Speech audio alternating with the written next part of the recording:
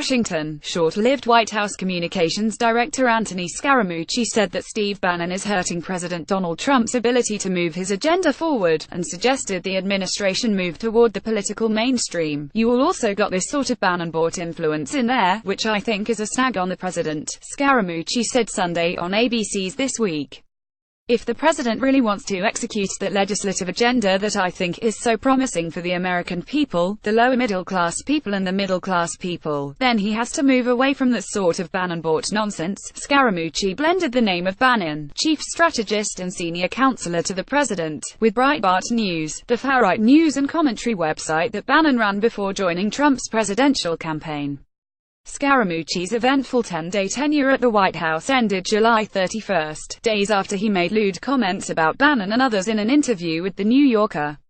Sunday's appearance was his first television interview since then. On Monday, HES, scheduled to appear on The Late Show on CBS, asked if Bannon will also be shown the door at the White House. Scaramucci said, "The president knows what HES going to do, and has a very good idea of the people that are undermining his agenda." Scaramucci said he recently had a very candid conversation with Trump. Bannon declined comment on Scaramucci's remarks. "HE's got to move more into the mainstream. HE's got to be more into where the moderates are and the independents are," Scaramucci said of Trump.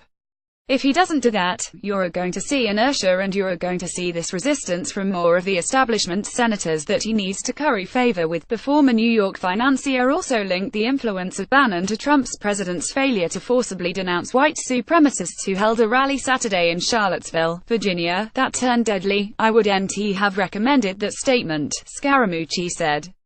"He needed to be much harsher as it related to the white supremacists and the nature of that," Scaramucci said of his firing by new White House Chief of Staff John Kelly. "What happens was sort of meant to happen. Obviously, I wish they would have given me a bar of soap and told me to go wash my mouth out in the bathroom and move on," he said.